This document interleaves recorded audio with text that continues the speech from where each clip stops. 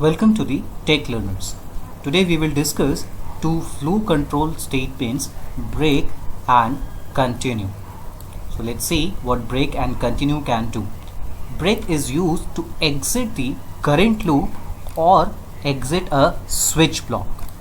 So let me create switch, switch, switch block, right? So break normally is used inside the loop or with the switch block or at the end of a function. So once you use the break, once the break statement encounters, we exit from the current loop immediately, or we exit the switch block immediately.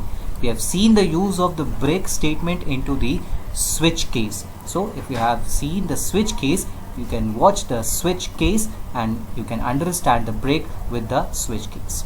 The continue skips the current step in a loop and continues from the next iteration of that particular loop. So let's see the use of both break and continue in a program.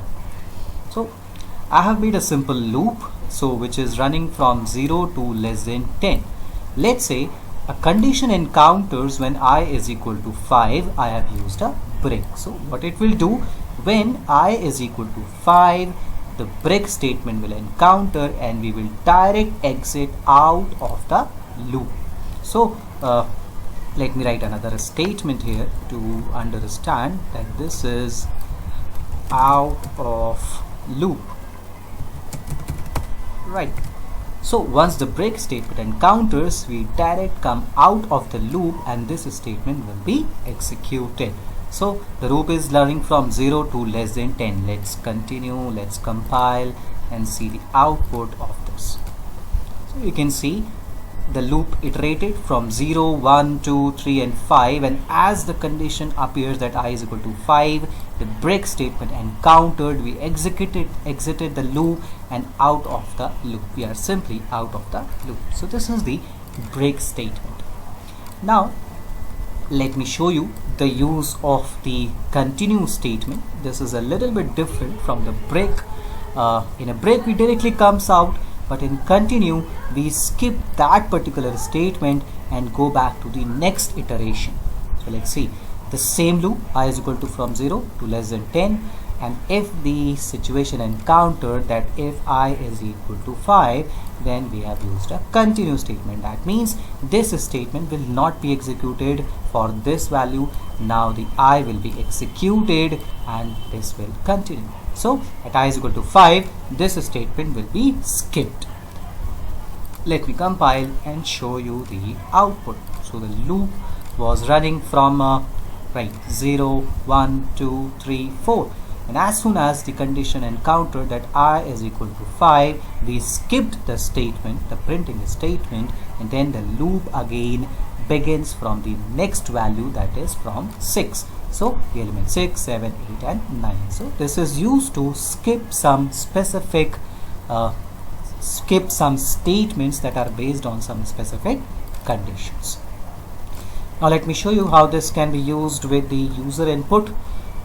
Here I have the user input. For the user input we can use this scanner class, and just to use this scanner class, as we know that we need to import this scanner class, import the package java.util in the scanner class. If you do not know how to take input using a scanner class, you can watch the video I have separately made for the user input using scanner class. So I have created here the object sc, and let me show you. I want to ask some elements from the user, and I want to give the user a benefit that if we want to enter 0 to exit. So I want to accept 10 elements from the user, but if in between user wishes to exit, let's say by entering 3 or 4, user wants to exit. So user needs to press 0, then it will exit. So for what we will be using? We will be using a while loop. I is less than equal to 11. I have initiated I from 1. So this will be executed 10 times. So I have printed, I have given the message to the user, enter element number or press 0 to exit. Then the input is accepted using the next int function and is stored into the num. Now I am checking if num is equal to 0, then break statement is encountered so the user will exit. Otherwise, I want to sum all the numbers, and this is a short form. Okay, so this is the shorthand operator I have used in place of sum is equal to sum plus num. So the numbers will be summed or added, and the total is stored into this sum. Now to iterate the loop, I've just increment the variable I, and after the loop we'll print the sum. So if user does not enter 0, this will continue 10 times, and we'll have the sum of all 10 digits entered by the user. And if user exits in between, has to press 0, then break statement will be encountered, and we directly jump out. And let's say the user have inputted 3 values, so the sum of those 3 values will be here. Let me show you how this is executed. This is very much useful while you take a user input. So let's say enter element number 1 or press 0 to exit. Let me enter the element 1, 23. Enter element number 2. Let me enter 34. Let me enter 45. Oh, I don't want to enter more, so I pressed 0. So I am directly exiting, and this is the sum of these 3 numbers 1, 0, 2. This is the beauty of the break statement. And let's see, if I do not let me enter the values of all without entering 0, so it will keep going on. It will ask me the number of all elements, right? And once the 10 elements are completed, it will give me the sum. So this is how we can use the break statement. Let me add more into this and change the definition, and let me show you the use of continue.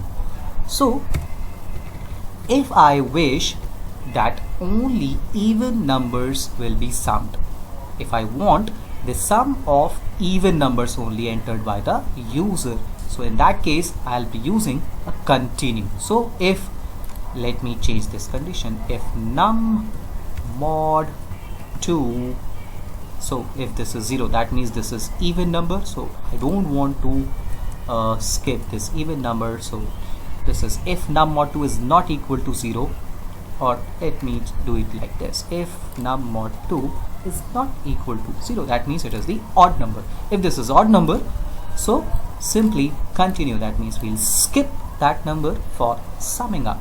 So in that case we'll skip, and then we'll simply have the sum of all even numbers here. So let me check, compile, continue, execute. So let's say if I entered 22, if I entered 24, and if I entered let's say 33, if I entered 20, and again 11, 22, 24, 1, 2, 22, 23, 45, 46, 24, 27, 28, 112, 14, 22. So this is right, okay, 234. This is the sum of only even numbers. So it have eliminated all the odd numbers and given the sum of only the even numbers. So this is the beauty of the continue statement. I hope you have understood the purpose of both the break and continue statement, and you are now aware about how you can use the break and continue statement. So if you like the video, please hit the like button and subscribe the channel for more such videos on Java and technologies. Thank you so much.